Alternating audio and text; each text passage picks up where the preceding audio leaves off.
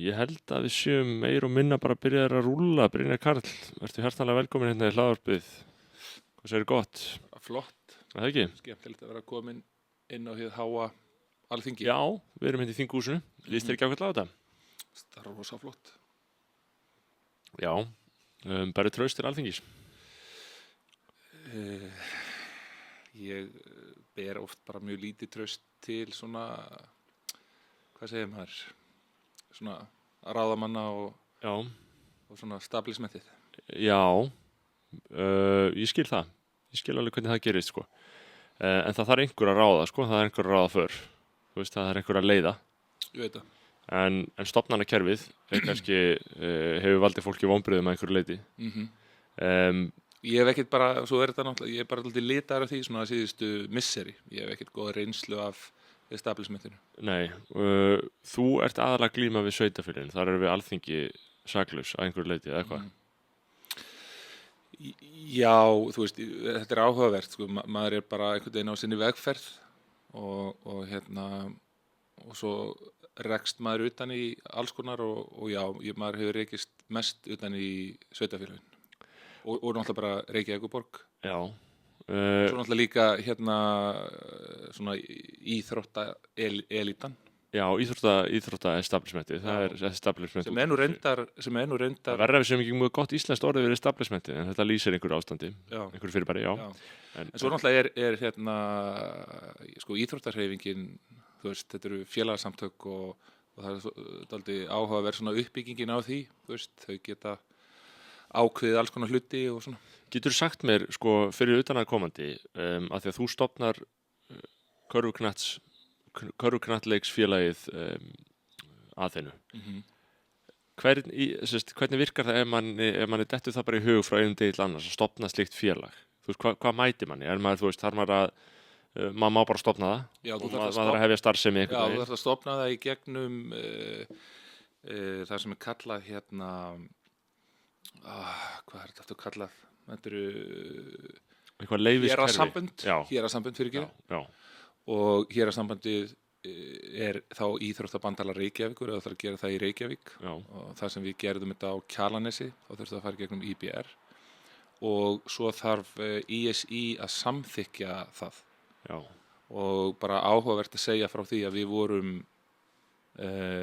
í svona miklu hvað segir maður, það var ekki tekið vel á mót okkur hjá ISI og það var í kjölfarið á því að ég var með þennan notorious fræga stelpuhóp sem að droppaði medaljónum og gaf puttan í KKÍ sem var búin að draga það að svara þeim. Akkur þeir mætti ekki vera að keppa við stráka þegar stelpur voru að keppa inn í þessum mótum og þetta var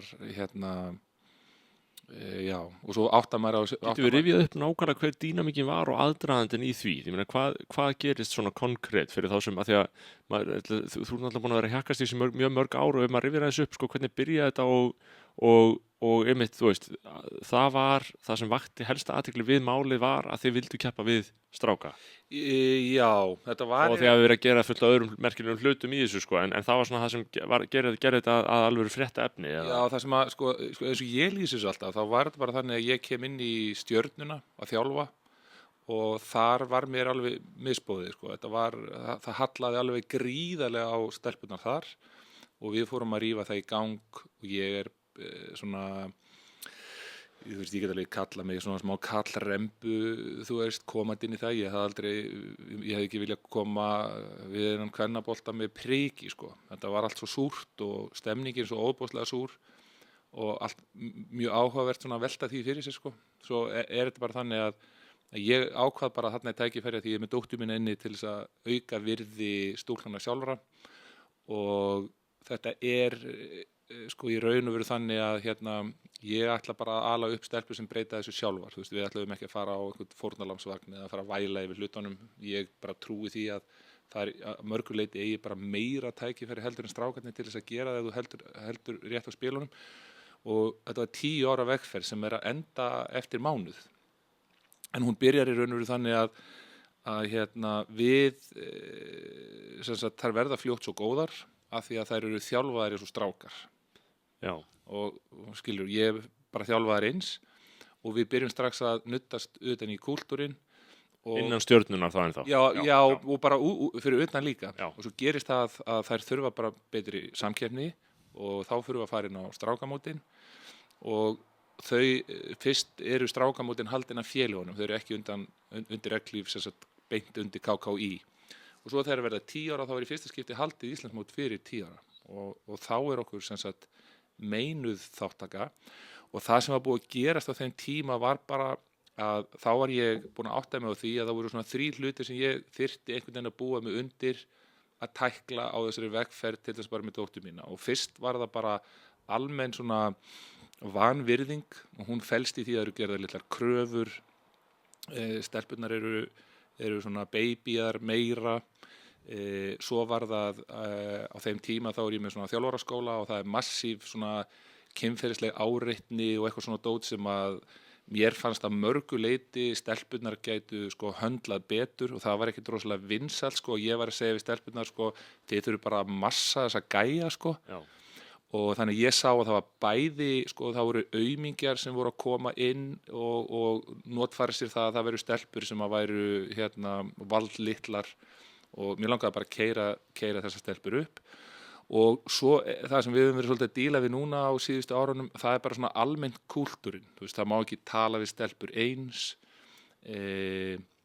og það er svona já það er allt einhvern veginn undir rós og það er mjög skrítið að vera stelpa sem sagt inn í þessu og svo náttúrulega bara á einhverju tímapunkti að þá sé ég það að menn er ekkert að fíla það að ég sé að þjálfa stelpurnar eins og við verum að gera þetta og svo var það raun og veru þannig að þegar við viljum fá svör frá KKÍ að þá fengum við engin svör þannig ég var aldrei beint í því að strákar að fá spilum til stelpum því ég vildi bara fá að vita hverju reglurnar voru eins og þær voru sem voru þær voru þannig að það mátti ekki liða það sagði nefnilega ekkert í regluverkinu þannig að þá ertu á gráu svæði og málið er bara það vita það allir sem eru búin að vera í þessu ég hef oft verið sjálfur með þú tekur eftir þessu þegar að svona góðar stelpur koma upp í sveitinni þá yfirleitt þakka þær reynslu sinni að hafa fengið að spila með strákunum fyrir það og þetta er virkilega sniðugt að gera þetta strákarnir græða hellinga á þessu en þá þarf að gera þetta líka almennilega þú hendur ekki bara og ég hef alltaf talað um það í svona þessum hjallastefnapælingum sko því að Magga Pál í hjallastefninni sko hún er með einhverja pælingar um það þurfum við hreinlega að undirbúa stelpurnar fyrir það að geta verið inni með strákunum að því að bleika slikjan sem byrjar svo snemma að hún byrjar að steikja í þeim hausinn Já. Ertu með mér? Já. Þannig að og þannig byrjar þetta og þá fer maður líka bara að sjá bleika slikjan þarf að segja svona bara öðruvísi samskiptahættir aðeins meiri kurteisi og svo framvegis Já, bara vera sæt og brúð, taka ekki pláss og vera partur af vinkonahópnum rosa mikilvægt ekki vera sjálfstæð Nei, og já, þetta opnar á svo margar umræður sko, þetta er rosalega þykku pakki sko. og þess vegna hugsa ég er að þjálfa 10 ára stelpulið á þessum tímapunkti og ég er bara á einhverju skurðlínu í íslensku samfélagi með sko bara allt þetta genderdót og svo náttúrulega núna sem er komið inn í þetta sko því að við töldum að þessar valdeflandi aðferðir sem við erum með þær eru svo góðar sko fyrir Íslendinga velundum uppruna því að þarna er bara ekki verið að gefa neinn afslátt og bara ægi og disciplin og svo framvegis og svo náttúrulega annað sem að sko þegar myndin kemur út þá sko myndin er hluta finnsk og ég sem sagt er og það er sérst fyrir hlustundi þá er það sérst kvikmyndin Hækkum rána sem kemur út 2021 Já. Og hún fjallar þetta ferli ykkar þessa baráttu ykkar Já. Og þegar ég sit með Ikki Vikki Latte sem var svona partur af svona screenwriter í Finnlandi og hann alltaf fær þetta allt saman á íslensku og hann er að kynna sér þetta að þá segir hann sko þetta er svo marglegert og eitt sem að sko myndin er mjög biased að því leyti að foreldrakúltúrin í þessu hann kemur ekki fram og það sem ég er að átta mig á í dag er það sko að foreldrar eru svona einn verndaðisti hagsmunahópur í íslensku samfélagi í dag og eins og til dæmis bara með íþróttafélög í Íslandi þau eru bara hreinlega í gíslingu sko oft mjög svona sálfræðilega disturbed einstaklinga og það alveg stúdía út af fyrir sig að skoða það hvernig svona hvernig foreldrakúltúr spilar inn í Þannig að foreldrar eru þessi trufluðu einstaklingar þeir Já, sko, að því að við vitum gíslingu foreldra. Já, að því að við áttum okkur á því að sko, það er mjög mikið af mjög trufluðum einstaklingum í samfélaginu og þetta eru náttúrulega líka foreldrar og það er mjög áhugavert, ég gef mér það alltaf, ég meina í fyrra til dæmis, þá var ég með foreldrahóp og ég sagði við þau sem eru svona nokkuð nýir og ég sagði við þau voru, hvað voru þau mörg, þau voru svona 16 og ég sagði bara samkvæmt tölfræðinni þá eru 3 ykkar sem mun ekki lifa af þetta starf fram að áramótum. Við foreldrarna Við foreldrarna, þannig að þetta er bara tölfræði. Ég er ekki spámaður, sko. Þetta er bara, svona virkar þetta. Sko, það er enn og aftur, það er margt að ræða, en þannig eru þess að þjálfa stelpur á svolítið svona öðrum forsendum en gert er og það er náttúrulega bara mjög áhugaverður kynjavinkill sko á það sko hvað er að vera karl og hvað er að vera kona og hvað er kvenleg orka og hvað er karlmannleg orka og þetta er náttúrulega sko að væga sagt á reiki vegna þess að fólk er búið að taka þetta í allar áttir í sínum kynjafræðum og sínum stúdíum öllum og það eru endalaust af nýjum kenningum um það hvað er karlmannlegt og hvað er kvenlegt og helst vilja sko feministar almennt kannski að það séu bara jöfn hlutföll karla og kvenna í öllum stöðum eða hvernig sem það er ég veit ekki nákvæmlega hvert markmiðið er lengur með allri umræðinu sjálfsagt eru þau bara mjög ólík en þetta sem þið eru að gera fær kannski ekki stuðning meginstraums feminisma heldur betur ekki Nei. Og það er eins og þar sé hugsunum þá frekar að þú ætti frekar að þjálfa strákan eins og stelpur í staðinn fyrir að þjálfa stelpur eins og stráka Já, svo verður þetta þannig sko, það sem að hefur eiginlega gerst er það, ég er sem sagt gagnrýndur fyrir það hvernig ég þjálfa stelpurnar og svo þegar það er sýnt fram á það að það er bara nákvæmlega eins strákamegin að þá finnst mér þetta vera svolítið skítamix þá segja menn, já, en það er líka bara rangt líka Já. Þá er raun og veru bara að vera að tala um það eitrað að það sé eitruð kallmennska ef ég er að öskra á því í keppnisleik skilu því að við erum í bardaíþrótt sem er boltaíþróttir Já, það er að mínu mati firring okkar tíma Já, og svo það sem er áhugavert við þetta sko er það að fólki sem gagnrýnir þetta mest er alveg ofur aggressíft á til dæmis bara samfélagsmiðlum á hugmyndahliðinni, og gefur ekkert eftir Nei, og maður í raun og veru segir sko ef að þetta fólk hefði fengið útrás fyrir þessar geðshræringar sínar þá væri fólk í betra andlegu jafnvægi til dæmis bara á samfélagsmiðlum Já, og þetta er náttúrulega sko að mörguleiti mist áhugaverð umræða núna til dæmis að það sé að vakna einhver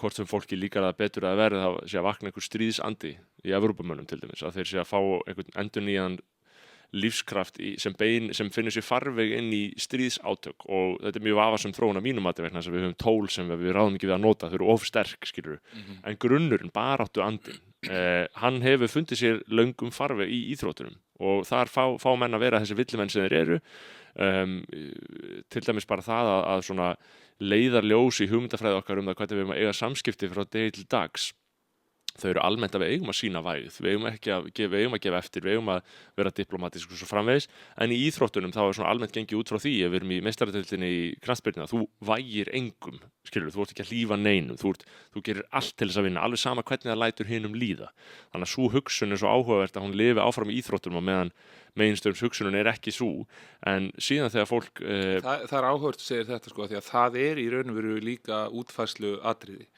vegna þess að það eru mjög margir sem að nálgast íþróttirnar í raun og veru þannig að og eins og ég gerir þetta til dæmis þá er þetta ekki win at all cost þá er ákveðin lögmál og við erum svona lögmálsmiðuð þegar við komum inn í þetta og það er málið til dæmis bara með íþróttir að mörgu leyti eins og bara listform að þú getur í raun og veru tekið, það er spektrumið er mjög breytt og þetta er alveg third dimensional þú getur alveg tekið þetta í alls konar áttir sko og ég hef alltaf vilja meina það að íþróttirnar væri svo góðar sko fyrir það að sko ég satt á hann og fundi með einum af mínum leikmönnum og það voru aðilar sem eru að styðja við okkur og þeir voru að spyrja og segja hvað er það sem að sko hún er frá Úkraínu og kemur tími 13 ára og ég segi við hana hvað er það sem við fengið mest út úr þessu og þá segir hún bara point blank sko, það bara hvernig ég hef fengið styrk til þess að skilja betur sjálfan mig og takast á við geðshræringar mínar í alls konar aðstæðum sem að í raun og veru, þú veist, ég alltaf að tala um þetta í podcastum, ég alltaf að segja sömu hlutina sko, en ég meina sko ólympíuleikar og borgríki hérna í Grikklandi lögðu alveg ofboðslega mikið sem sagt upp úr því það sem að þurfti einmitt þetta að vera undirbúa þegnana fyrir hættur sem steðjuðu að íþróttirnar væru sko, sem voru þá allar svona mjög militarískar sko, það voru spjókast og hnefarleikar og svo sendibúðan að hlaupa maraþónið og guðum þetta hvað, að þá voru þessar íþróttir notaðar í raun og veru til þess að beisla mannin. Nákvæmlega. Og hérna, og svo þetta náttúrulega líka annað að því við erum að tala um kvennorku og karlorku og eitthvað svona, ég nenni ekki alltaf inn í þessar pælingar. Mér langar í raun og veru bara til þess sko að ég og þú hérna, þú veist, einhverju macho kallar, að við höfum bara ákveðin sveigjanleika í okkar skapgerð. Þannig að ef þú ætlar að vera sko svarhæfur einstaklingur, bara response able, að þá getur ekki verið háður einhverjum ákveðin viðbröðum. Þú veist, þú þarft að geta sýnt bara mikla manngæsku og mikla umburðarlyndi og mikla samkennd og hérna verið mjög agreeable, alveg eins og þarft að geta verið alveg grjótharður þegar að einhvers konar hætta steðjar að eða það bara sótt á þig. Já, nei, ég er mjög sammála þessu, en ég held að mér finnst það að mörgu leyti það sem er búið að vera verið að reyna að sko, og ekki það við þurfum eitthvað sérstaklega að fara inn í það umræðu sko, en mér finnst það að vera það sem er oft verið að grafa undan í þessari miklu kynni umræðu meðal annars einmitt þessi möguleiki fólks til þess að vera, þú veist, með því að segja að eitthvað sé kallmannlegt, þú veist, það kallmannlegt að fara og bjarga einhverjum frá hættu og fórna sjálfur sér til þess eða hætta lífi sín til þess, það bara kallmannlegt. Það er líka mjög kallmannlegt því að hvað heldur séu margar mæður sem að fara eftir börnunum sínum bara út í já, og þá er það inn í brennandi byggingu og þá er það hið kvenlega eðli og kvenlega orkan og svo eitthvað annað kallmannlegt, þú veist, fólk alltaf að reyna að búa til svona einhverja þarna merki mig að segja, sko, þú mátt ekki segja þetta en þetta og þetta en þetta, þannig ég hunsa það að mestu leyti, en mér finnst bara svo áhugavert með sko ykkar starf að þar boðið upp á raunverulegt alternatív frá því sem ég tel vera svona ákveðin gegnum sýring bara allra stofnana samfélagsins af miklu meira svona, þú veist, að því við erum að tala um þetta til dæmis núna erum við að tala um samræmt próf í grunnskólum, það er mikil umræða um það, við erum í allsherjarnefnd að berjast í því að það veri tekin frekari umræða um það hvort við ættum að hafa samræmt próf og það er mikil, ég finna á öllu kerfinu að þar hugsunin svo að samræmt próf séu ekki af hinu góða. Röksemdirnar eru rista, þú veist, það til alls konar kennslufræðilega röksemdir, en í grunninn það sem mín upplifun svo að röksemdin helst sem svona ræður för hjá fólki þegar segist ekki vilja þetta með samræmt próf í grunnskólum í 10. bekk eins og þú fórst örugglega í þegar þú varst í grunnskóla. Röksemdirnar eru á endanum í hjarta fólks og þau segja bara nei, það verður svo margir kvíðnir yfir þessu. Það það sem er að ráða för.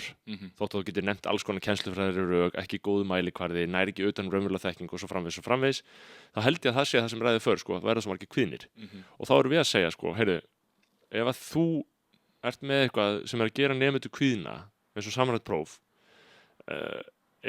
hvort þá leiðin fram á við, talandi um að lækka rána, ætlar að halda ránni þar og þá að hjálpa fólki að ná þessu, þú veist, að styrkja það til þess að takast á við samræmduprófið, eða bara fella það brott. Af því þá ertu alveg örugglega ekki að undirbúa þau fyrir þetta. Þú veist, þetta þess að segja auðmingjavæðing, sko, það náttúrulega í grunninn vandamálið að sko, halda að það hjálpi fólki, að gera ekki kröfur til þess. Ég veit það, og þetta alveg hnaust ykkur pakki vegna þess að ef við erum til dæmis að ræða sko, hverjir eru það sem að vilja vernda börnin líka, þú veist, inn í íþróttakerfinu og inn í menntastofnunum, það líka bara fólk sem bara mjög latt og nennir ekki að vinna vinnuna sína. Þannig að það svona, þetta dálítið tvíeggja sverð, sko, þú ferð þarna inn og þú horfir á fólk og segir bara svona, já, það er bara svo mikið af fólki hérna sem verður að fá þennan afslátt, vegna þess að ég ekki nógu góður til þess að kenna og keyra fólki í gang. Og ég hef verið gagnrýndur fyrir það að vera einhver rosalegur elitþjálfari, það er sennilega ósanngjarnasta gagnrýni, það er að segja mjög margt slæmt um mig, sko, en það er sennilega ósanngjarnasta gagnrýni vegna þess að sko, ég líti raun og veru á þetta þannig að sko, það er bara hlutverk okkar þegar við fáum inn einhvern krakka að gera allt sem við mögulega getum gert til þess að auka virði einstaklingsins og þegar að það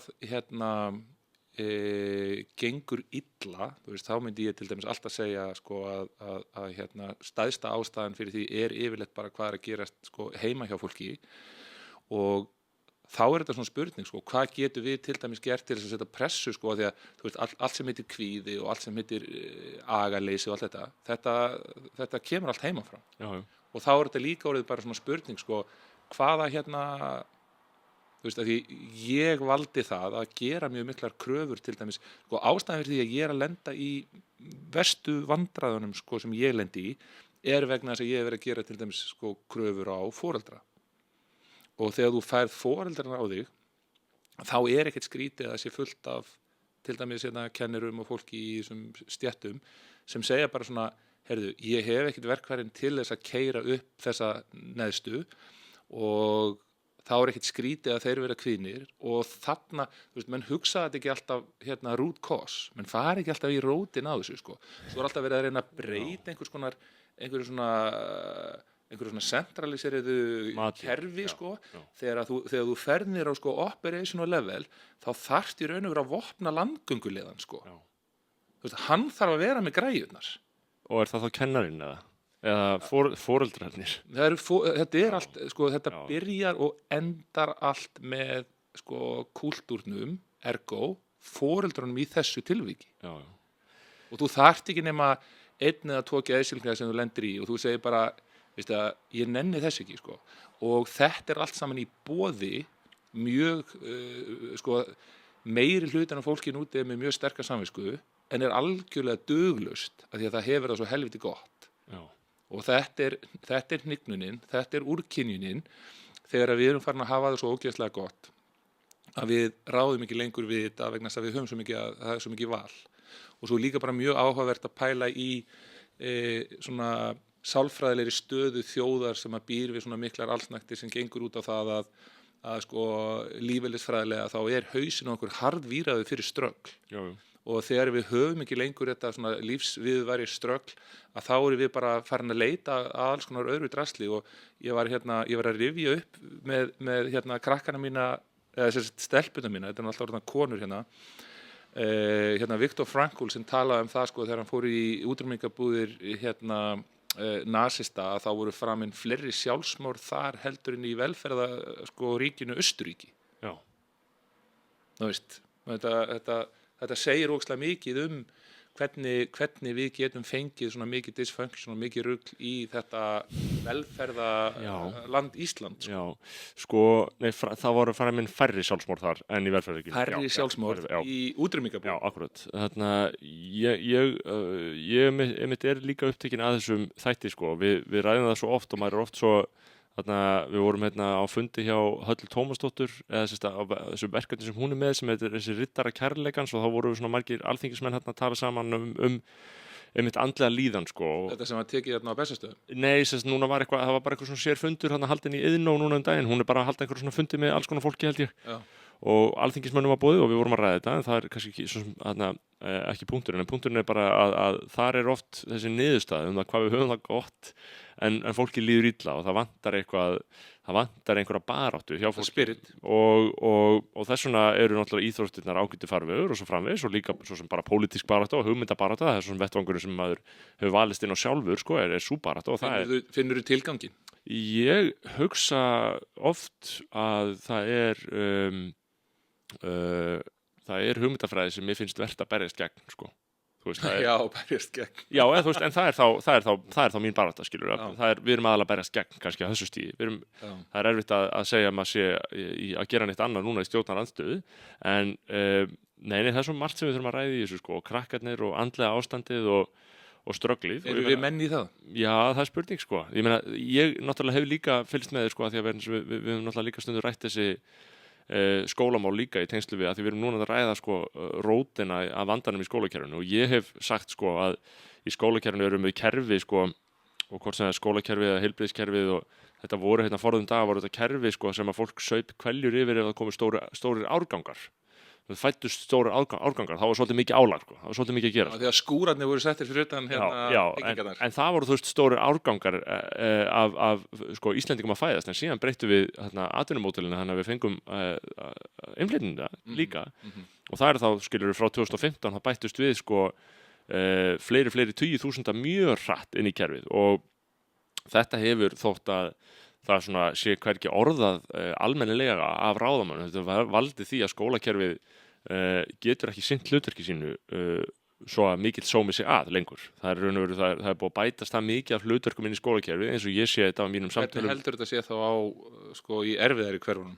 Og það er nefnilega málið, og það þekkir þú. Ég meina, það er og það er það sem ég finnst svo merkilegt, er að sko á sama tíma og það er bara mín pólitík, og það er kannski ekki ykkar sem eru í ykkar starfi að leggja mat á svona pólitísku svörin, en mér er svo áhuga. Takk fyrir það, vegna þess að ég nefnilega, sko, ég detta ofta á því svelli, sko. Já, að fara í pólitísku svörin. Já, og bara auðvitað, það er alltaf að reyna að ramma mann inn, sko. Já. Það verður að reyna að ramma mig alltaf inn í einhverja pólitík. Og þetta er alltaf þannig, sko, ég var hjá Gunnari Smára og ég fekk alltaf á tilfinninguna, sko, hann upplifði mig sem sósíalista en sko, ég haga mér svo sósíalisti en hugsa svo hægri maður. Já. Og ég myndi sennilega kjósa, sko, lengst til hægri eða sósíalista. Já, ég er eitthvað radikal, sko. Já, ég tengja mörgu leyti við það, sko. Eins og ég hef mjög gaman að Sólveigu Önnu, ég hef mjög gaman að Gunnari Smára. Hún er bara algjör hetja í mínum huga, sko. Þetta eru góðir vinir mín líka, sko, og við mætumst oft að jaðrinum við jaðarfólk að einhverju leyti, sko. Já, þú meinar burt sér frá Já, menn tala um að öfgarnar mætast alltaf á, þú veist, að einhverju stað, sko. Já, ég get alveg séð það. En aftur á móti eru það ekki öfgar að segja að það er, sko, skólakerfið er í mjög vondu ástandi, og maður vill ekkert alltaf vera að benda á því neikvæða endalaust. Svo það er líka alltaf bara spurning, miða við hvað? Já. Hvað erum við að miða við þér? Já, en ég meina, og hvernig horfur þetta við þér sem ert þarna, og til dæmis hefur auðvitað, þú fjallaði ástandi í Breiðholti, ég meina, hvað, þú veist, eins og hópurinn sem er hjá þér, Sko, tökum pólitíkinni burti frá þessu. Ég er bara með geggjaða leið sem ég er búin að vera að slípa og þróa með mér í 30 ár, og ég er með bara fullt af íslenskum drengjum sem voru ekki á góðum stað, sem voru bara keyrðir af stað, og ég er bara búin að gera þetta aftur og aftur. Það eina sem breytist núna er það að nú er ég bara allt í einu komin inn í stelpuboltan og nú er ég allt í einu komin upp í Breiðholt, og þá virðist þetta vera einhvern veginn þannig að sko, allt sem að ég sé að borgin eða skólayfirvöld er að gera fyrir til dæmis krakkana í Breiðholti bara nákvæmlega sama, og ég var að horfa upp á varðandi stelpurnar, það á bara alltaf að koma fram við þau eins og þau séu minni máttar. Þú veist, það á alltaf að koma fram við þau eins og þau séu auðmýkjar. Ég hef bara svo ótrúlega mikla trú á fólki, og ég hef ótrúlega mikla trú á því sem við erum að gera, þannig að þegar þetta mætist, þá verður bara algjört success. Og þegar þú ferð síðan að útskýra þetta, að þá er svo mikið á fólki sem upplifir það sem einhvers konar ógnun við sína hugmyndafræðilegu ramma, og það er eins og þetta þrífist ekki allt saman. Þetta er eins og þetta þurfa alltaf að vera bara þú veist, allt á sömu bókina einhvern veginn. Já. Og það er svo lítið pláss á Íslandi. Þú veist, til dæmis vinnur inn í íslenskri íþróttarhreyfingu, veistu það, hún er á mörgu leyti keyrð eftir norður-kóreskri leikjafræðibók. Já. Þetta er bara galið hvernig þetta er gert. Og hvernig getur þú gefið mér eitthvað praktískt dæmi um það, þú veist, hver er munurinn á einmitt, hvernig birtist, sko, ef maður hugsaður um það, sko, ef hugmyndafræðin er grunnurinn, hver eru afurðir hennar í raunheimum, þú veist, í þjálfunar aðferðum eða í samskiptaháttum, eða þú veist, hvernig birtist þessi hugsun að villa? Í veruleikanum. Hvað meinar þú þá? Nei, bara þú veist, eins og þegar þú segir að hugsunum sé skrítin og hugmyndafræðin sé að einhver leiti norður-kóresk, eða hvernig sem má lýsa því. Þú veist, eru þau að æfa öðruvísi, eru þau að gera öðruvísi æfingar, eru þau að skipuleggja þessu öðruvísi, hvað er það? Já, sko, í fyrsta lagi þá er bara, sko, ef við horfum, ertu að menna þá eins og til dæmis bara íþróttaelítan, já, sko, þá ertu í raun og veru með þú ert með sem sagt ESI sem bara yfir þessu batteri og þetta eitthvað rosalegt bákn og hérna það eru 16 manns í stjórn ESI og svo eru 17 manns á einhverju skrifstofu og ég til dæmis sem bara hérna á gólfinu, ég verð aldrei var við vinnuna sem á sér stað í kringum þetta og eiginlega þvert á móti sko, af því að við hérna gaggrínum hreyfinguna að þá erum við raun og veru komnir í andstöðu og ég man eftir því þegar að ég rauf fjölmiðlabindið sem ég var í alveg upp að því að sem sagt Hækkum Rána kom út að þá kemur hérna formaður KKÍ sem var svolítið þreyttur á því sem og þessi elita í rosalega lélugu formi til þess að taka við til dæmis bara einhverju gagnrýni að því að til dæmis einhverju svona jeppar eins og ég sem að, þú veist, kunna það sem ég kann og eru með mína reynslu, þeir eru alltaf hinum megin í raun og veru við borðið og þú ert svolítið lokkaður þangað yfir, þú veist, vertu með okkur. Þá var það þannig að það var gefin út yfirlýsingaforman í KK í sínu tíma sem var þannig að það bara vinsalegast komið þessu áfram, það var sent á öll félögin, vinsalegast komið þessu áfram á, á alla ykkar iðkendur að gagnrýni. En þetta var orðað svona, þeir sem vega að heiðri leiksins. Já. Þú veist að það var allt í einu, sko, leikurinn sjálfur var einhvern veginn hlutgerður sem, sko, samtökin, fólki sjálft. Já.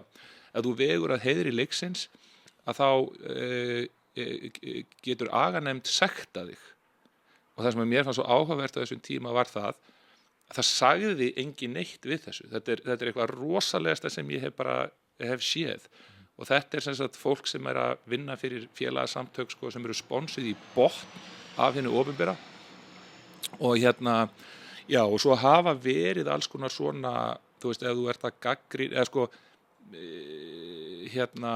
já, þú veist, ef þú ert að já, og svo ég hef nefnilega aldrei gagnrýnt að það er eitthvað til sem heitir sko fyrirmyndafélag ISI sem á að vera eitthvað svona toppurinn af því sem að félagin geta farið en það eina sem þú þarft þar í raun og veru stefna fjármál stefna jafnréttismál, stefna einhver algjöra hluti og við sem erum svo inn í félögunum vitum að það er verið að borga svart og við vitum að það er alveg stórlega brotið á öllum þessum reglum en sko plaggið er uppi og þeir sem eru inn í hreyfingunni vita þetta og svo náttúrulega gerðist það í COVID-inu sko þegar að menn voru að horfa fram á það menn kæmi ekki saman og eitthvað slíkt sko, þá voru ekki liðin vika þegar að íþróttahreyfingin þóttist vera að tapa rosalegum peningum þó að engin æfingagjöld hefði verið greidd tilbaka og þá áttaru þau til dæmis á því að sko, til dæmis í Reykjavík þá er þetta þannig að það er íþróttafélögin hafa einkaleyfi á póstsvæðum og ég lýsi þessu alltaf við Cosa Nostra sko. Já, akkurat og það er að mörgu leyti sko, þú veist, það er þá upplifun þín að stofna eitthvað nýtt innan þessa kerfis er ekkert grín. Það er ekkert grín og þetta er verið sko. Fyrir að reyka ykkur aftur á það í dag, ég sá að í fréttum á Vísi að þú varst búin að veita viðtal sportinu þar, vinuðinum í sportinu á Vísi. Nei, ég tala aldrei við þá. Þetta var ekki sportfrétt sko. Nei, var þetta ekki sportfrétt, en það var sett í íþrótt. Þeir þola mikið þar inni. Það eru varðhundar íþróttaelítunar. Já, er það ekki upplifun margra að íþróttamiðlarnir eru mjög svona hliðhollir stóru aðlunum. Menn eru bara starfströkk þegar mæta með Gylfa Sig, skilur. Já. Þetta er ástæðan fyrir fóru í þetta. En sem sagt sko, já, ég sá að þeir að lendi í vesinni með íþróttahúsið, með aðstöðu fyrir Aþenu. Þetta er frábært dæmi. Já. Nú ætla að gefa það dæmið. Sko málið er náttúrulega, það er rosaleg sagan og það sem er að gerast núna líka er það að ég er komin á, sko dóttir mín er að verða 18 ára gömul og ég sagði við hana þegar hún verður 18 að þá verður þessi kynjabarátta hennar og hún er bara eins og spartveri, það er bara búið að ala hana upp til þess að nú þarfst þú bara að taka við þessum kyndli og ég veit ekkert hvað ég er að fara að gera. Já. En það eru allar að verða 18 ára þannig að það er að verða miklu auðveldari fyrir mig að tala allan skítin og allt drasli sem að ég er búin að vera í raun og vera að keyra í gegnum. Já. Og en nú byrju, hvað var ég ætla að fara að segja frá kjallaranum sko. Það segir Brynjar Karl segir íþróttafélagi Aþenu hafa verið svikið íþróttaaðstöðu sem þó hafi verið lofað endalaus svik einkenni verk kerfisins og þá er það borgarinnar. Já. og þarna, sko, það sem í gangi þarna einfallega það að þegar við sem sagt, erum að reyna að komast inn í Austurberg sem alveg bara, það bara sér kapítuli út af fyrir sig við partnerum við sem sagt, Leikni og Leiknir búin að vera olnbogabarn í Breiðholtinu í 50 ár og þarna eru 2 olnbogabörn sem taka sig saman ÍR-ingar sem að og ég setti vídeo inn á Facebook síðuna mína sem með tölfræði í raun og veru það hvað eru margir krakkar sko, Breiðholt eru 2 10.000 manna hverfi. Þú ert með 109 sem Seljakverfi og Bakkar, það eru 10-11.000 manns og svo ertu með Hólar og Fell sem minna svæði en líka 10.000 manns. Og þar eru bara einhver sko 450 krakkar sem stunda parkettgreinar en þar af kannski í kringum 35, mestalagi 40 krakkar sem koma úr sem sagt 111 og íþróttaiðkunin átti sér stað í 2 húsum. Þannig að í raun og veru engin þáttaka sem sagt þarna. Og það var búið að, sko, að því að þegar Aþenu stofnuð þá ætlum við að fara inn í Fellaskóla 2019 og þá sagði IBR við okkur bara svona, já, bara rosalega væri það göfugt að því að þáttakan svo lítil en bara því miður þá eru bara, og ég veit ekki hvað þessar reglur eru, að því að þetta ekki í raun og veru lýðræðislegt að vera með sko einangun og þú veist, ég var að tala við formann framkvæmdastjóri íþróttamála Reykjavíkur og ég sagði hann ætti bara að fara með þessa pælingu inn hjá hagfræðideildinni og stefnaði að fá Nóbelsverðlaun í hagfræði til að sýna fram á það að sko neytendur myndi græða á Monopoly.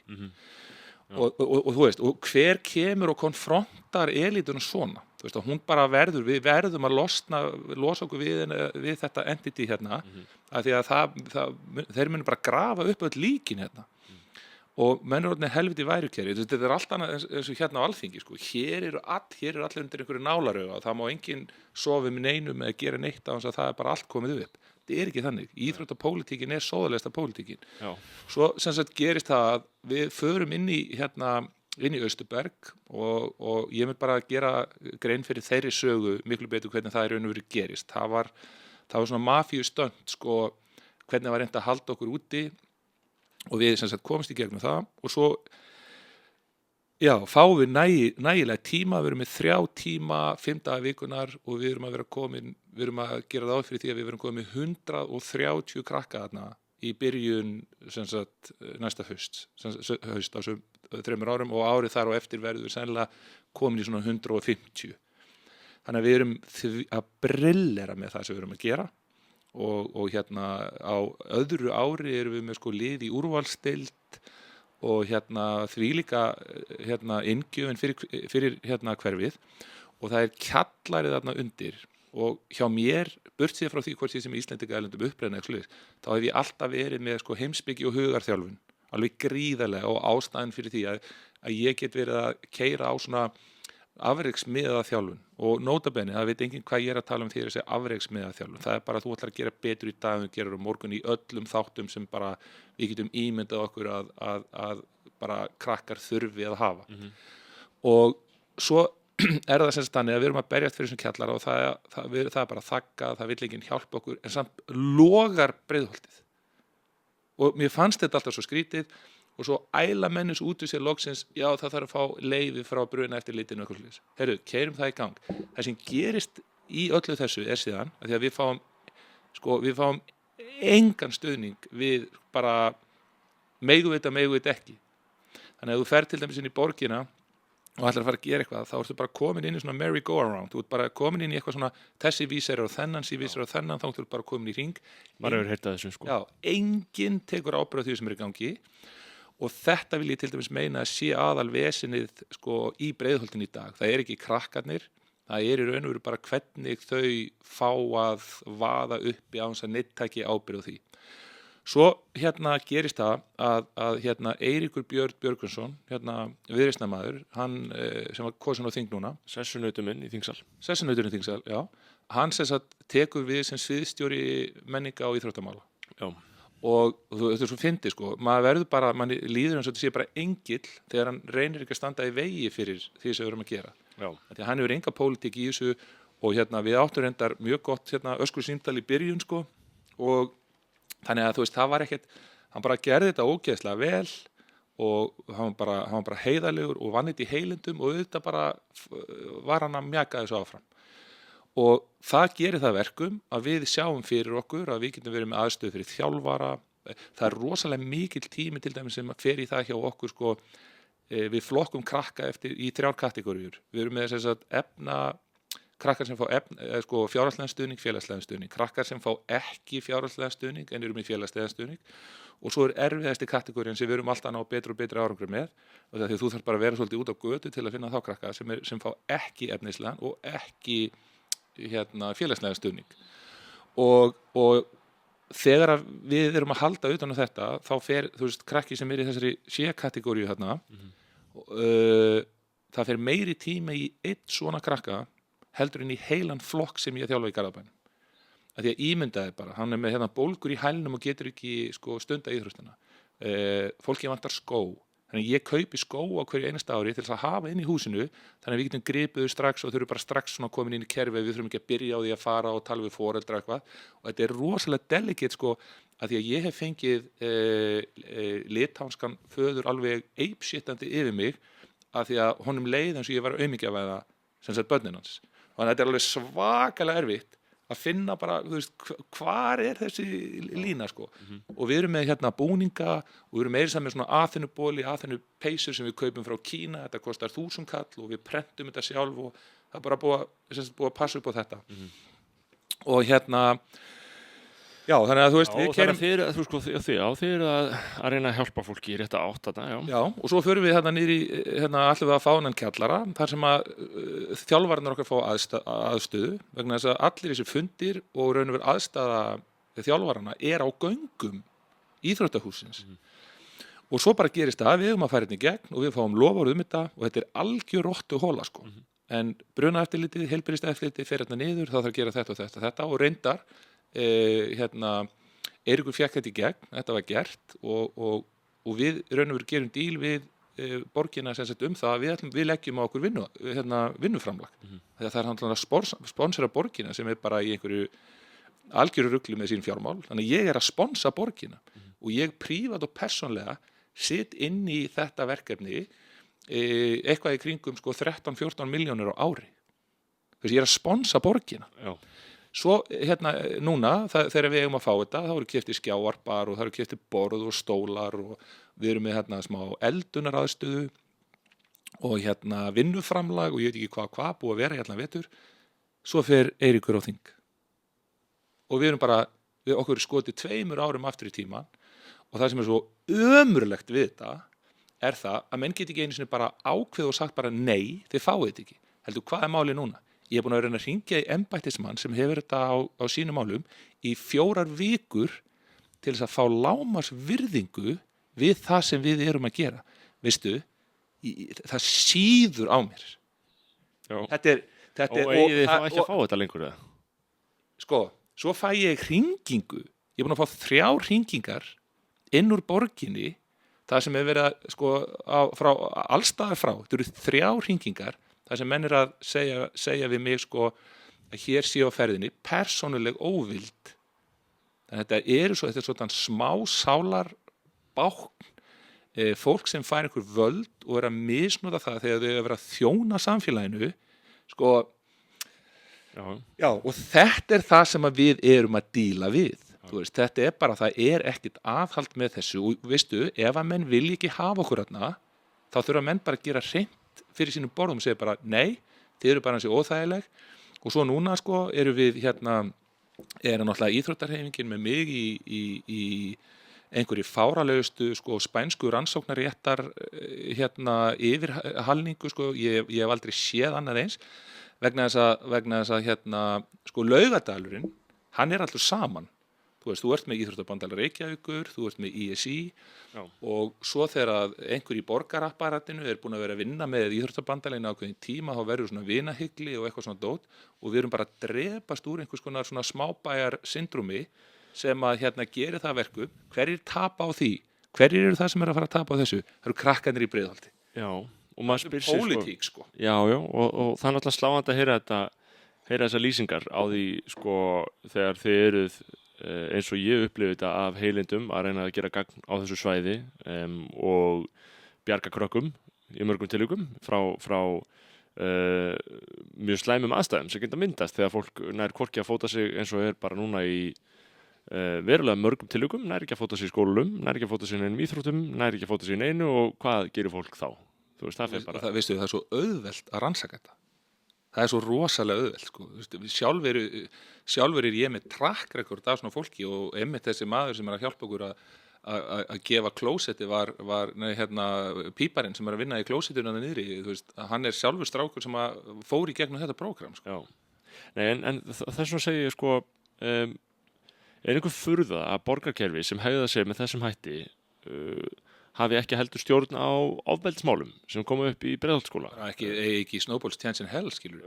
Finnst þér það ekki bara þá fyrirsjáanlegt að það sé, þú veist, að hlutirnir, sko, ef þeir virkar svona illa gagnvart því það sem er verið að reyna að gera gagn, sko, hvað þá þegar þau bera sjálfa ábyrgð að leysa ástandið, sko. Ég veit það, og það sem er áhugavert við þetta er það að þetta er til dæmis eitt best heppnaðasta verkefni sem hefur verið keyrt í Breiðholtinu í 30 ár og mönnum er drullu sama.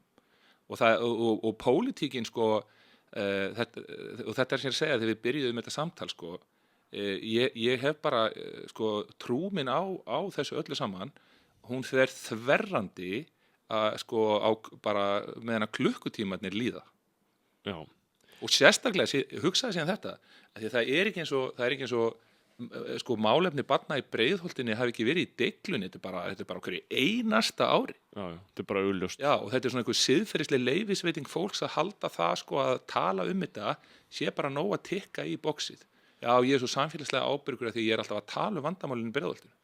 Vistu hvað mikið vinna sem fer í þetta? Þetta er letin, sko. Já, þú segir Breiðholt brennur, sko. Það var eitthvað Eðvarð sem ég fylgdi á eftir sem var kennari þarna í Fellaskóla. Jú, nákvæmlega. En hvert er ástandið? Vegna þess að mér skilst að fólk talar að það sé mjög báborið. Hvað erum við að búa til með því að og svo er þetta náttúrulega líka bara einhver markaðslögmál, ég meina bara húsnæðisverðið þá dýrara og þá fer fólk sem er í þessari stöðu þangað og þá er stuðningur þeirra foreldra líklegri til að vera minni við börnin og þetta er svona spírall sem myndast. Ég get bara að gefa dæmi, sko, og ég er, sko, þetta er allt clinical observation hjá mér, sko. Og svo er þetta bara málið að hlutirnir eru síðan oft bara bakkaðir upp með einhverju tölfræðunum eitthvað svoleiðis. Ég get bara verið að lýsa því sem ég er að sjá.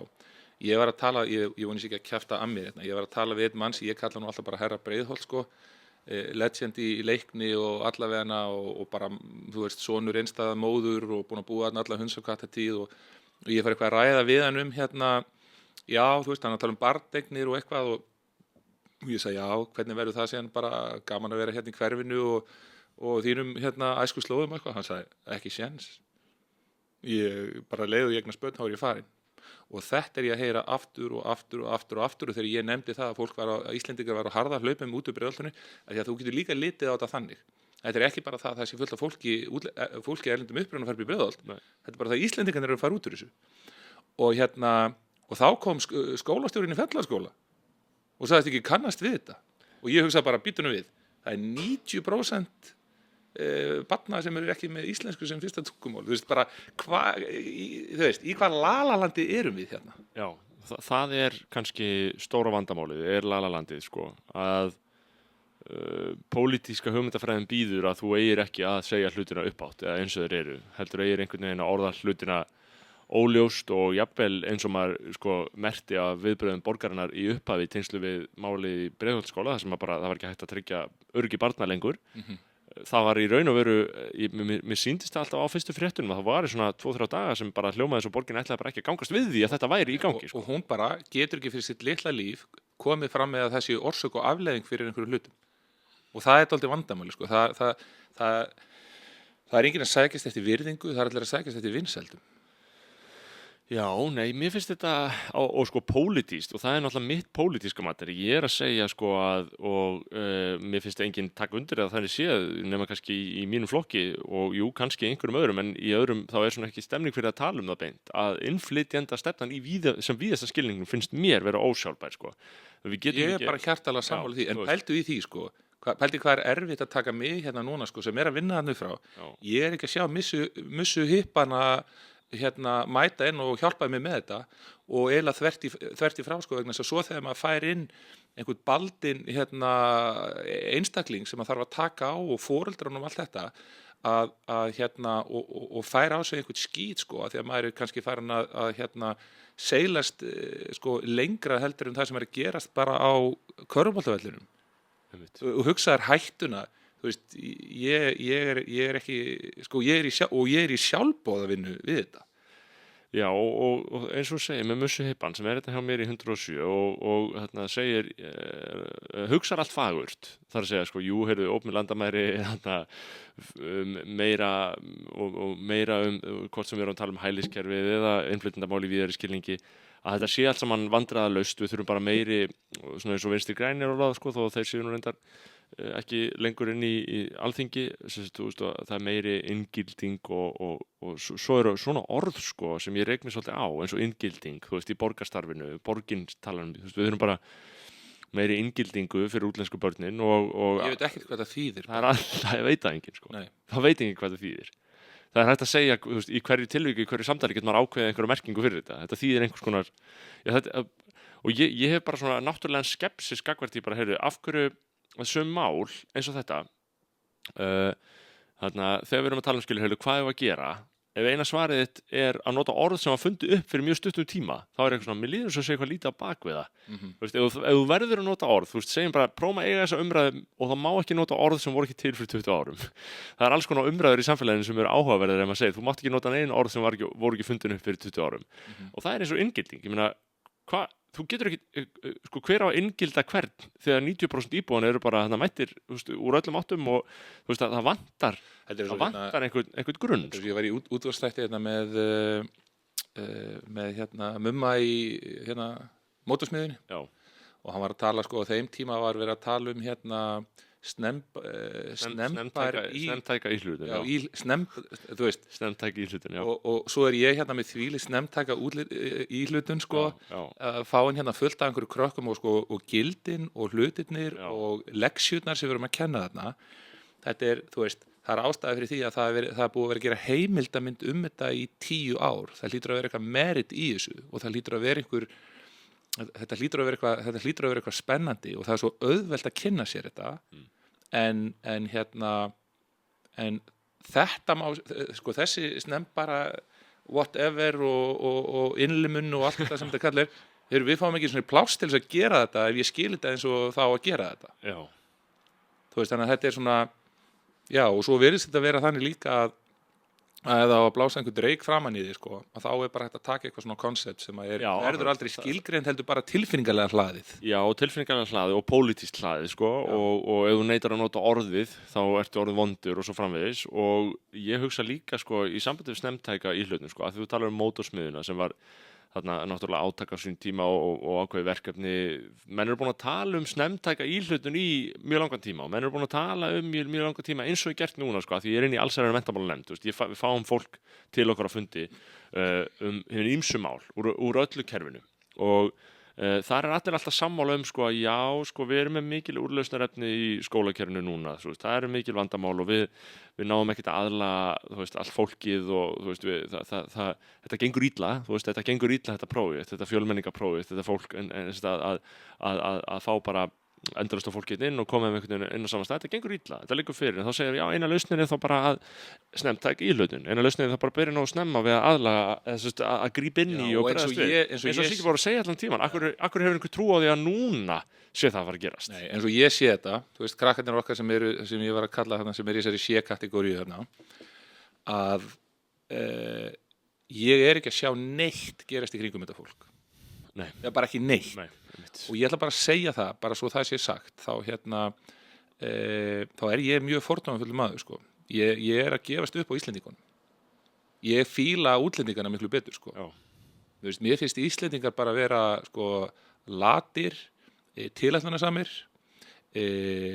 vælandi og ég elska að fá einhvern frá Úkraínu eða Sýrlandi eða ég elska að fá þetta fólk inn á gól hjá mér af því að það kann svo oft miklu betur að meta það sem er verið að gera fyrir þetta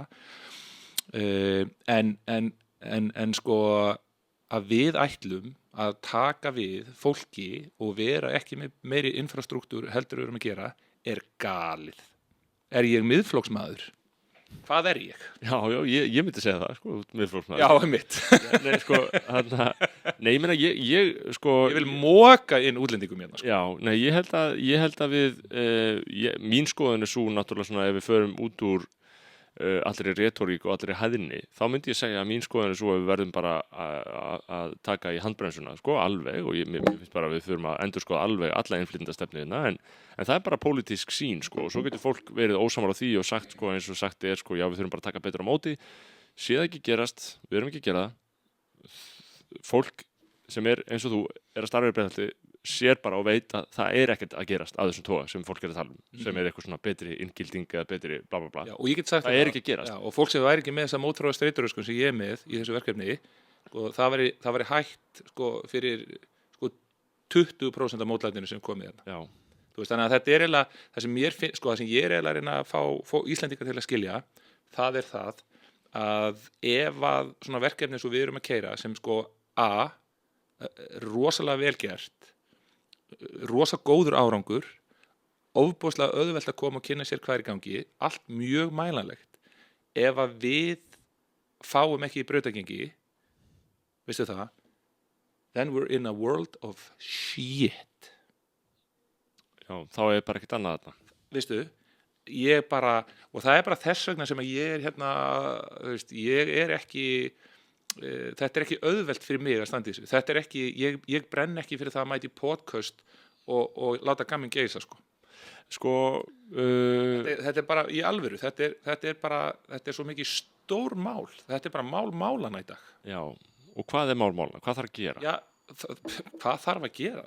Sko, aftur, nú ætla ég bara að taka mig út úr pólitíkinni.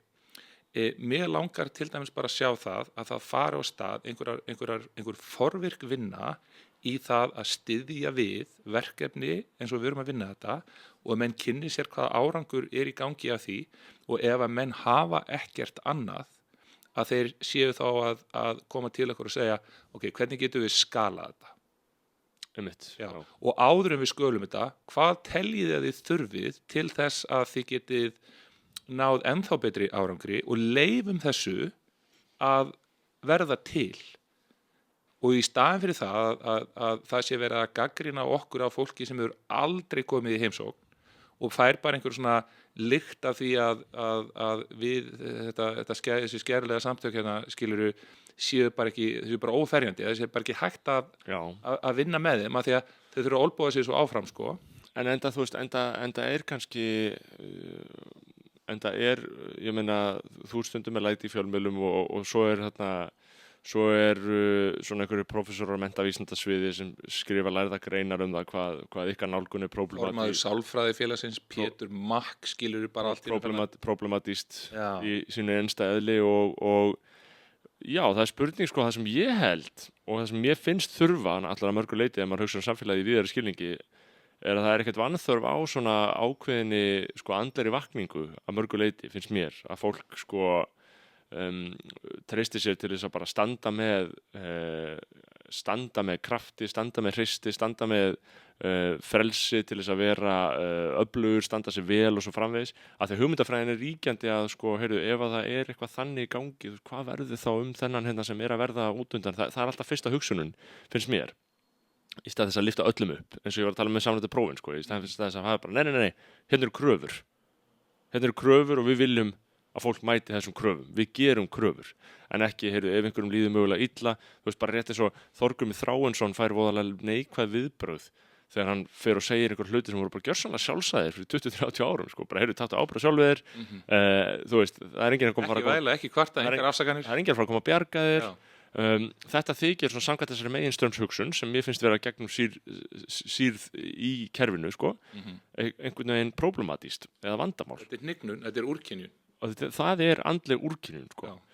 Ég velti fyrir mér og ég lít á, þú veist, það ykkur sér settur stóllinn fyrir dyrnar. Það eru örugglega til alls konar tæknilegar ástæður og skýringar og já, og þetta má ekki vera inn í þessu kerfi út af svona samningu, bla bla bla bla. Þú veist, ég held að hugmyndafræðilega ástæðan í grunninn sé alltaf á endanum.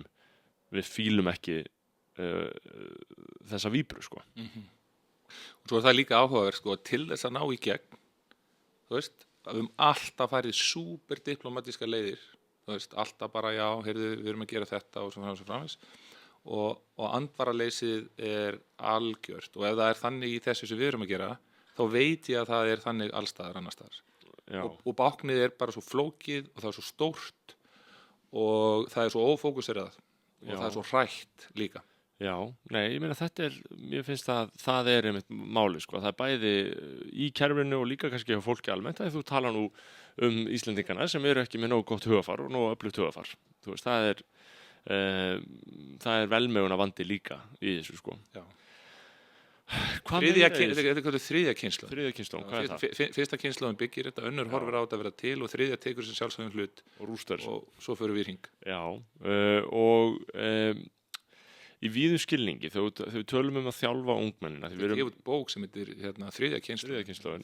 Þriðja vaktina. Er ekki þarna weak men create strong, eða sko weak men create hard times create strong men og strong men create örgulega weak men eða eitthvað svona. Þetta er ekki hringrás, sko. og við erum á viðkvæmum punkti í þessari hringrás. Það er kannski punkturinn, sko.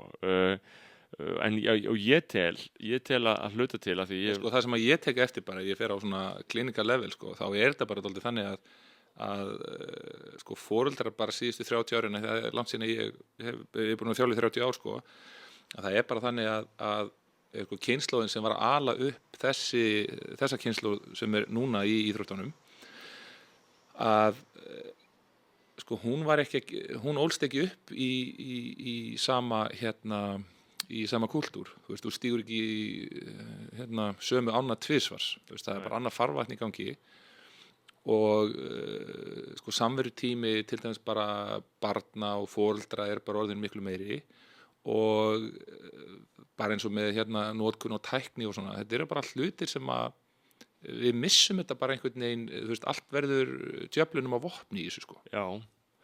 Og hvernig upplifir ungmennin og hvernig upplifir þannig, ég spyrði líka sko að þú starfar í Breiðholti sko, hvernig þetta sem er málefni sem ég er kært sko, sem með íslenskuna og mín tilfinning er svo að það sé alls ekki að takast heldur að tryggja stöðu íslenskunar bara meðal ungsfólks. Nei, og ég náttúrulega sko og þú ert náttúrulega mikið að flæða þarna í hybrid ástandi á milli ensku og íslensku Já, og alveg að standa mig alveg rosalega illa í því í raun og veru og það er til dæmis ein stæðsta ástæðan fyrir því að við vildum taka þennan kjallara í notkun er vegna þess að sem ég ger alltaf er það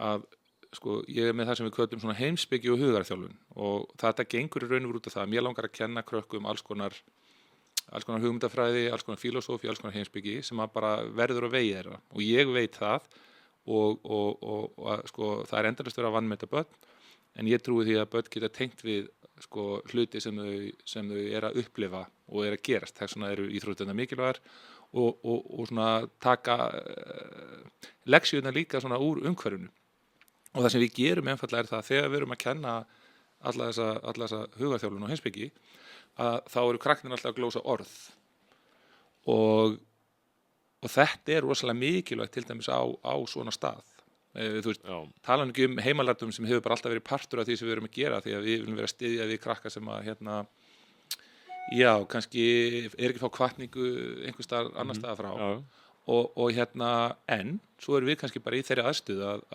og ég er með eina þess að var með einn leikmann ég vil ekki að menn geti fatta hvað er í gangi sem að kemur frá ákveðnu landi sem er fædd og uppalinn á Íslandi og fyrir 2 árum síðan þegar hún er 12 ára gömul þá get ég ekki átt við hana í samskiptum á íslensku og það var ekki bara því að ég er lélegur í íslensku sko. Þú veist, hugsa þér ástandið og þarna verður til ákveðin sko félagsleg fátækt þannig að þú ert ekki bara á einhverju stað þar sem þú blandast ekki öðrum sko stéttum samfélagsins heldur ertu líka á stað sko þar sem að þú átt erfitt með að tjá þig og fólk verður að muna það sko að undanfari efnislegra fátæktar er félagsleg fátækt af því að your network is your net worth sko.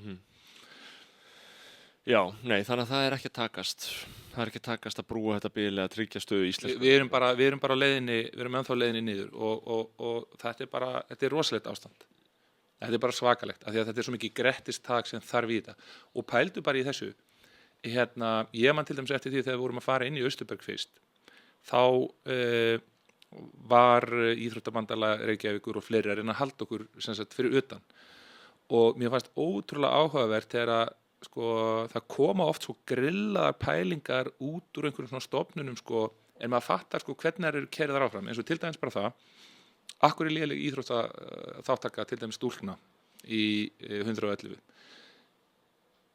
það er einhver stofnun sem gerir könnun og það kemur í ljós og þeir átta sig á því sko, já við vitum hvað vandamálið er við erum ekki að bjóða upp á réttu íþróttagreinarnar og ég veist að hvaða greinar eru það? Ég er náttúrulega fólk frá Asíu, það vil náttúrulega bara vera í Kung Fu og ég er ekki að grínast og að tala um Kung Fu og fólk hérna Austur-Evrópu að það vil vera í blaki og svo var eitthvað svona í gangi og ég hugsaði með mér þú veist, hversu lítið vit hefur á þessu þegar þú heldur það að íþróttagreinin síðan hvenær er þetta ekki bara einhver snerting við þjálfara og bara hjörtun mætast skiptir engu máli hvað faratækið er það skiptir bara engu máli en þarna fattar maður að einhver stofnun og einhverju sem hafa hagsmuni að þessu þeir eru búin að átta sig á því sko að þarna geta þeir fría sig þeir segja bara já við erum búin að leysa þetta sko þetta er ekki og þarna á lúmskan hátt er líka búið að koma ábyrgðinni yfir á útlendingana sko það eru þau sem eru vandamáli það er ekki það að við séum ekki að standa okkur svo er það þannig að þegar við förum þarna inn þá erum við að reyna að sækja fleiri tíma og þá bara sagt nei Kung Fu þarf að vera með tíman hérna og já og svo var líka hérna að bandi og einhverju fleiri hlutir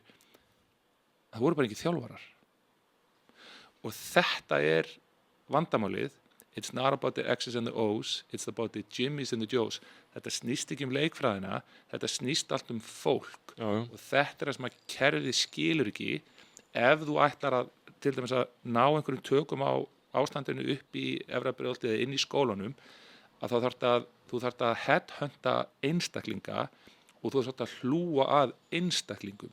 Það því miður þá er það bara þannig að minnsta einingin í þessu er manneskjan og viðhorf hennar til vinnunar og færni hennar til þess að gera þetta sem ræður öllu. En pólitíkin og þeim stærra sem báknið verður, þú veist, í auga smiðsins er allt naglar. Þú veist, þá að breyta öllu í einhverjum reglugerðum og einhverjum stefnum og eitthvað og meðan bara brennur Breiðholtið. Já. Sorry. Já, það er nefnilega, það virðist vera staðan og þróun er kannski ekki að skána, hún er ekki að vera betri eða skárri, þetta er að versna eða sérst samkvæmt þessum mælikvörðum að þú veist, hún er ekki að koma upp almennilegri þátttöku í frístundum, hún er ekki árangri í skólamálum, hún er ekki samheldni á meðal íbúa, hún er ekki í raun og veru að tryggja frið lengur. Þetta er mjög athyglisvert að þessu hafi verið leyft að gerast á Íslandi því að fólk spyr sig oft sko, þú veist, þegar sér erlendæmi, þú veist, akkur var þessu leyft að gerast. Við erum að því núna.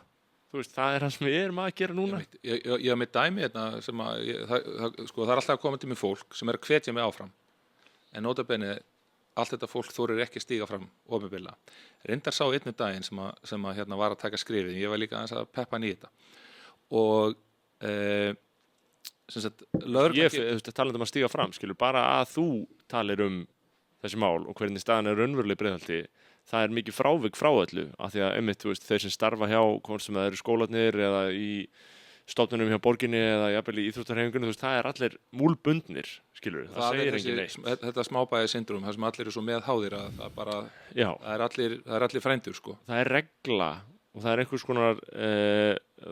einhvers konar regla að menn tjái sig ekki og einmitt talandi einhvers svona skeyti sem eru send út heiður leiksins eða annað eins, þú veist, það er ýmislegt, það er ýmsir mekanismar til að senda mjög skilaboð til fólks að, heyrðu, þetta við tjáum okkur ekki þetta eða segjum neitt þetta. Sko. En ég ætla að segja það frá þessu, svo verður þetta þannig að löggan kemur tíminn og segir allt, af því að ég var í fjölmiðlum fyrir ári síðan og í kjölfarið á Greininans Eðvars, sem að mér fannst alveg geggjuð og eiginlega svona gerði það verkum að hann svona gaf mér ákveðið brautagengi, sko. Hann svona, he paved the way og ég kom aðná eftir. Og sem sagt, löggan kemur tíminn og segir frábært, haltu þessu áfram, við megum ekki tjá okkur okkur hluti, en hér hjá okkur var aðili sem kom frá Svíþjóð og örugglega verið frá Malmö eða eitthvað svoleiðis og hann segir, hann er að rýna í það sem er í gangi hérna og hann segir, þið verðið komin á nákvæmlega sama stað, eða miklu fyrr heldur en einhver 10 ár eins og þetta er verst í ákveðnum hverfum og og mér finnst það mjög varhugavert að því að síðast þegar ég vissi sko, þá bara verið að skjóta byssu á hverjum degi og einhver drepinn í hverju viku. Og það var verið að segja mig frá einhverjum gengjum og það væri sko, það til eitthvað sem heitir sænska klíkan sem eru bara sko immigrantar sem mæta bara og eru búin að vera að spila í efstu deildinni í Svíþjóð og þeir mæta bara hérna reddi sko. Það alls konar svona hlutir í gangi. Já, nei, þetta ótrúlegt sko. Þetta bara galið. Þetta sturlað sko. Já, og svo bara málið að ég hef náttúrulega ekki tíma til að vera að safna öllum þessum sögum en bara það sem ég verð var við og sögurnar sem ég að fá og bara munum sko, svo er þetta svo áhugavert. Ég reyndar að flytja í Breiðholtið, ég ákvað að flytja úr Garðabænum í Breiðholtið. Ég reyndar að fá þessum. Þú ert innflytjandi? Ég er innflytjandi, já. Ég er náttúrulega í Breiðholtinu, þannig að ég er bara komið tilbaka. En já, það er bara, það er mjög áhugavert að velta sko fyrir sér því sem maður finnur á eigin skinni og bera það saman við það sem í gangi. Og ég held að við séum sko ekki nálægt í að lýsa ástandinu. Nei, það er bara verra. Já, ég held að við séum bara með yfirborðslega og talandi sko, ég bý bara hérna í Vesturbænum sko, þú veist, ég hef gögn og frásagnir og greinar og viðtöl sem maður getur glöggvað sig á sko, en þessi lifaði veruleiki og að sko að við séum búin að búa til með aðgerðum og ákvörðunum og stefnuleysi búin að búa til en spíral í stað þess sko, sem Breiðholtið að hluta til eins og ég les í fortíðina þó ég sé bara fæddur árið 1997 þá mamma mín fædd 1966 í Breiðholti og elst þar upp og þaðan fóru nemendurnir í mjög farsælar áttir margir, þú veist, þótt að hafi verið þú veist, þetta var ekkert ríkasta hverfi í bænum en það var hún, Fellahverfi? Hún var í Bökkunum. Já. Þá skilur það fór fólk í farsælar áttir sko, í stað, þú veist, og það var þessi hugsun sem forðum var hérna á Íslandi þetta með skólakerfi sem jöfnunarkerfi og opinbert skólakerfi sem næru utan alla og þessi hugsun hrunin. Það kannski staðan núna. Veitu hvaða hugsun sér að? Bara skólakerfið, opinbert skólakerfi sem jöfnunartæki. Já, einmitt. Skilur, sem eitthvað sem tryggir tiltölulega jöfn tækifæri. Sko, það er hrunin. Þetta er mjög góður punktur. Að því að sko þar jafnréttisbaráttan. Jafnréttisbaráttan gengur ekki út á það að vera jafna hlut fólks hérna sko það verður að meta fólk á verðleikum sko, en við verðum að gefa fólki jöfn tækifæri til þess að auka virðið sitt. Og það er allt í klessu í Breiðholti. Það er allt í klessu. Og ef að skólastjórnendur eða eitthvað fólk ætlar að koma fram til þess að bjarga sko andlitinu sínu sko, því að pældi í þessu. Þú veist, ef ég er yfir einhverju apparati þarna og ég þarf að gangast við því að hér eru hlutirnir bara ekki eins. Þú veist, hvað er ég að fara að þrífa? Þannig að sérðu sko svona organically grown bara hvernig þetta gerist bara í garðinum hjá þér. Hvernig homeostasis byrjar að virka. Já, og það er nefnilega sko talandi með mitt, þú veist, og svo er kerfið og því við erum líka fjallum það til dæmis í tengslum við frumvarpið þetta meinta samræmda námsmat sem er verið að innleiða núna, sem á að vera samræmt námsmat þannig að við vitum, skilur, tökum sömu próf og sömu stöðum á sama tíma, skilur, það er samræmt próf. Bara eins og allir þekkja, það er bara eina leiðin til að leggja fram. Það myndi ekki þola dagsbirtuna? Það alls ekki. Nei. Og margir segja sko í þeirri umræðu þá segja þeir sko þeirstu menn að fara að bretta upp ermarnar. Já, eða sko fyrsta skrifið bara í þarna Alcoholics Anonymous, þetta er bara fyrsta skrifið allstaðar, það er bara viðurkenna vandann, þú verður að viðurkenna, ég ræð ekki við þetta lengur, ég er búin að missa stjórn. Nei, af því að það er búið að taka eftir hún. Segja það uppátt sko, og ef það væri samræmdu mælikvarði og svo er svona mikil viðkvæmni við að, þú veist, að slík gögn mætti aldrei vera opinber, skilurðu, þú veist, af því að þá myndi þú veist, fattarðu, þú veist, þá myndi fólk fara að segja, skilur, ég vil ekki búa í Breiðholti út af gæðum skólanáms, en þegar það vita allir, skilur, þetta er á allra vitorði. Já, það er eins og við veist galið, það er alltaf verið að segja hérna bara, það má ekki vera að tala hérna niður Breiðholti eða eitthvað svona. Já. Þú veist, hvað er að? Já, nei, þetta er viðkvæði, sko, ég svolítið rekið með þetta hugafar, sko, ekki, þú veist, við eigum ekki að tala svona Breiðholti, bara, heyrðu, ég bara því miður líti ekki á það sem ábyrgð mín að einhvern veginn að færa ástandið sko. Sumir kannski líta á það sem ábyrgð sína, kannski þeir sem eru ábyrgir að einhver leiti, en ég bara hef engan áhuga á því, ég hef engan náttúrulega og málið kannski bara og svo þegar maður fer í svona sálartetri á sjálfum sér, þá er það sennilega bara vegna þess, ég veit að það er hægt að laga þetta, en þeir sem að hafa ekki dug í þetta, auðvitað eru þeir ekkert að fara þeir eru bara að fara að verja egóið sitt sko. Já, nei, en þess vegna er að segja sko, ef að það væri, þú veist, ef við hefðum allan að mælingar, ef við hefðum bara eða það væri bara opinber gögn, heyrðu, bara þessi skóli er með helmingin af árangri eins og einhver annar skóli er með, Svo er þetta náttúrulega líka þannig, sko, ég er með börnin mín í Garðaskóla, búin að vera með börnin mín í Garðaskóla, það ert að grínast með þjónustuna. Já. Ég þurfti einmitt að nýta mér smá svona sæt þjónustu við skólana og mér fannst þetta ótrúlegt. Já. Ég veit að það eru krakkar hjá mér sem fá ekki þessa þjónustu, sko. Nei, og það er Það er nefnilega nokkuð ljóst. og þetta er það sem við höfum verið að benda á í þingsal núna að núna er það fyrirliggjandi í umræðinni í gögnum eða sko kannski ekki í opinberu gögnum en það er fyrirliggjandi að íslenski krakkar njóta ekki jafnræðis gagnvart skólum sko. Þú veist, það er ekki allir jafnir, það er ekki allir að fá sömu þjónustu eins og segir, Garðaskóli er eitt. Nei, og það er kannski, það liggur verður kannski seint, en að það sé ekki effort til að gera það er ömurlegt. Já, nei, þetta er magnað að við höfum leyft þess að gerast og núna þurfum við einhvern veginn að því ég sem stjórnmálamaður náttúrulega líta það sem ábyrgð mín að fyrsta skrifið er einmitt að tala um þetta og segja hlutina eins og þeir eru og svo reyna að finna einhvern veginn leiðir og það er engar auðvelda lausnir í þessu en fyrsta skrifið væri náttúrulega einmitt að fá það því að ég sé nú glíkt að einnig ráðhúsin fyrir utan sko að það væri nú meira hughristandi ef maður hefði. Ég er borgarfulltrúa hérna því ég var að labba hérna inn og hann sagði, ég var að sjá hérna greinina hérna. Já. Og hann sagði, já, sendu mér hérna samskiptin á þetta. Hann er í einhverju nefnd þarna sem sér þessi mál, sko. Sjá hvað kemur út í því.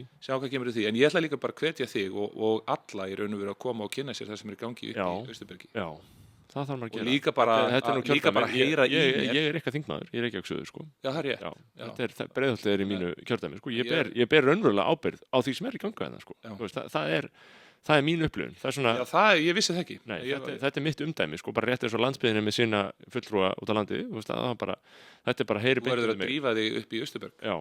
Og ég ætla líka bara að hvetja alla sem er að hlusta á þetta sem vilja fá að vita bara hvað er í gangi og kynna sér það sem er í gangi að koma og helst bara þá sem eru með mestu fordómana fyrir því sem er í gangi og það er aldrei að vita en að maður hendi líka bara í einhvern svona smá fræðslu fund, ég held að hafa allir gaman að því að sjá þetta og það eru ótrúlega leksjur í þessari vegferð hjá þessu félagi bara eins og við töluðum í byrjun bara varðandi öll þessi hliðarmál sko. Já, hvað sko þannig að ég fái þess að víkka linsuna út með því sem hefur starfað í íþróttum svona lengi og sem er alltaf lýðheilsu starf í grunninn.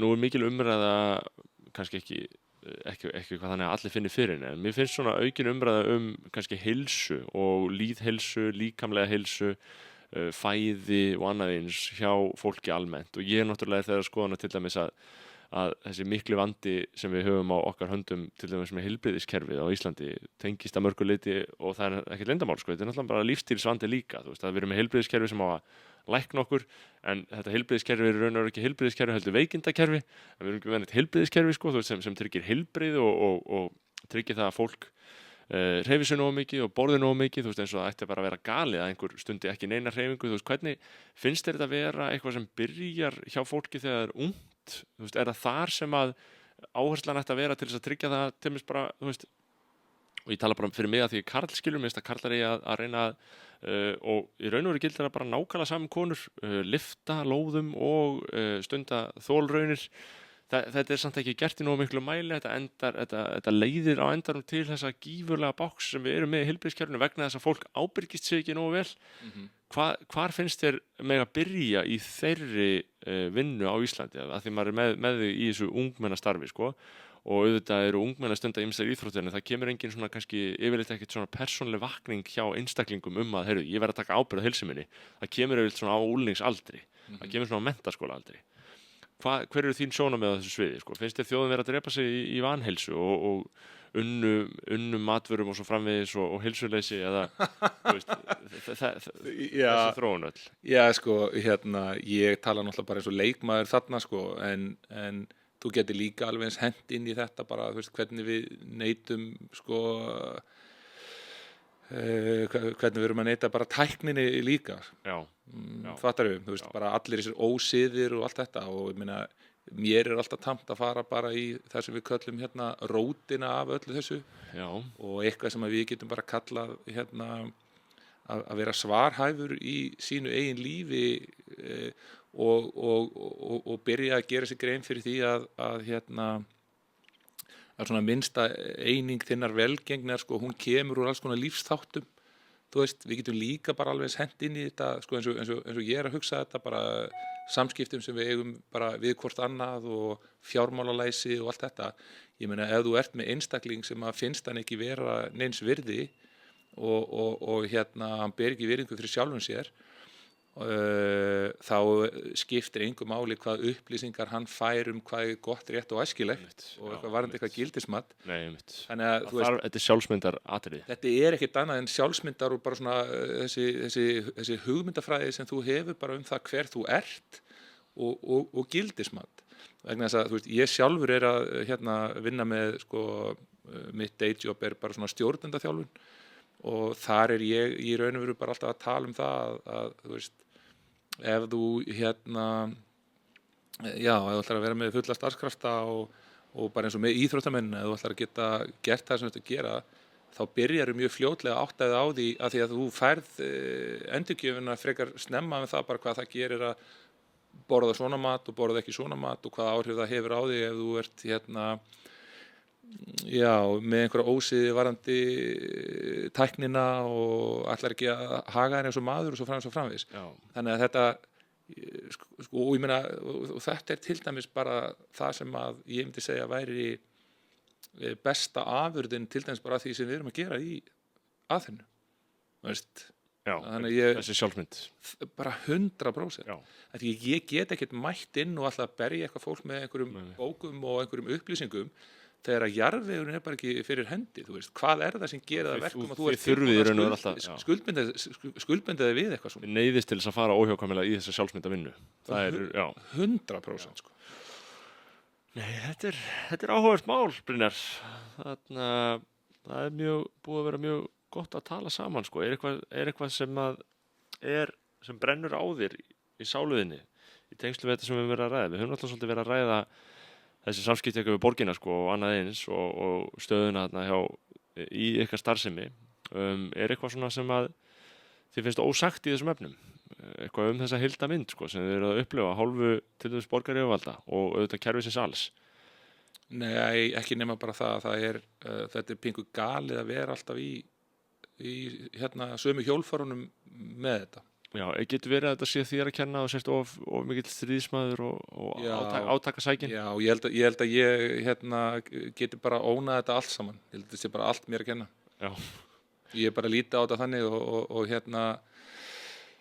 og svo náttúrulega bara, þú veist, það hendar mér mjög vel að vera, hvað á ég að segja, það hendar mér mjög vel að vera krefjandi og beinskeyttur og það einhvern veginn sko virðist vera sko þau velun sem ég fæ þegar við náum að koma einhverju áfram, þá er það þegar við erum mjög beinskeytt og mjög krefjandi. Já.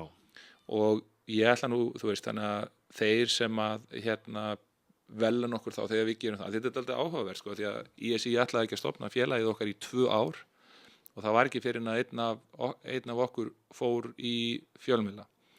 Það eru alls konar hlutir sem að fólk hefur verið að gagnrýna mig fyrir og þegar ég kem tilbaka mjög beittur krefjandi og ætlast bara til þess að fólk standi við það sem það segir og ég er alltaf að kalla fólk út og bara biðja fólk að mæta mér, biðja fólk að hitta mig, fá einhver málþing, fá eitthvað í gang, að þá er fátt fína drætti sko, menn virðast ekki verið tilbúnir í það og þannig að ég þarf að óna þetta allt saman en ég er bara ekki að sjá það ef maður var ekki að olbúa sig áfram fyrir þess að krakka að það myndi eitthvað gerast og svo er það líka eitt sem er alveg magnað að það er að fólk skuli vera að vilji frekar sko verja sínar tilfinningar og geðshræringar í staðinn fyrir það að bara taka við góðri gagnrýni þegar að þú átt í raun og veru að vera í einhvers konar þjónandi leiðtogahlutverki. Já. Og við megum svolítið velta því fyrir okkur sko að sko lýðræði er ekki stjórnarfar prúðmennsku. Skilurðu mig? Og ef þú nærði ekki gegn og það sem er áhugavert að pæla líka er sko veikasta röddin í samfélaginu, sko lýðræði okkar er aldrei betra heldur en sko hversu vel hún heyrist. Og og menn geta bara gagnrýnt mig fyrir alls konar hluti, en endaði degi þá þarf einhverja, skulum bara orða þetta þannig, ég meina Breiðholtið þarf rödd. Þú veist, hvernig kosningaþátttakan? Ég meina, nú ert þú í pólitík og þetta þitt hverju, ég meina, það er enginn í Breiðholti að fara að hlusta á þetta podcast hérna. Nei, einmitt. Þú veist, þannig að þú sem pólitíkus, þú getur bara, þú veist, þú þarft ekkert að pæla í þessu, og þetta er andvaraleysi sem að ég verð svolítið var við. Og svo að þegar við erum báðið fenn Sólveigu, sko, að þú sér það bara, þú veist, ég meina, hún er að tala fyrir fólk sem er mjög lága rödd, Já. en hún er það ekki sjálf, og ég og hún, við þurfum þá líka dálítið að átta okkur á því, sko, að við megum ekki yfirgnæfa fólkið, sko, þá er þetta orðið svolítið kjánalegt, sko. Já. Þetta er svo ég er að segja við dóttur mína, ég meina, ég ætla ekki að vera sko, að berjast fyrir 22 ára gamla dóttur mína í hennar baráttu, sko. Nei. Og við erum aldrei betri heldur en hvernig við, sko, skilum þessu af okkur, og við þurfum helst að skilja þessu af okkur þannig að þetta sé betra, þannig að já. Ég er bara hún háflegur hérna, sko. Það er bara spirit, sko. Já, það er andinn. Við þurfum spirit í þetta, við þurfum að setja miklu meiri anda í efnið. Já. Bara Jesú, Búdda og allan pakkan, sko. Já. Það er mjög gott að tala við þig, vinur minn. Sömuleiðis. Og ég er ánægður með það sem þið er að gera í mínu kjördæmi. Já. Við stöndum vaktina. Nei, í alvöru. Bara gott samtal, eitt af mörgum. Takk hérlega fyrir komuna, Brynjar, og þið hlustendur. Ég vona að þið hafið haft notið góðs af, ég efast ekki það.